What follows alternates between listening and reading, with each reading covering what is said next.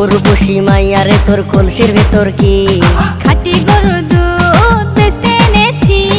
দে না একটু খাই, তাড়াতাড়ি যাই, আর দে না একটু খাই।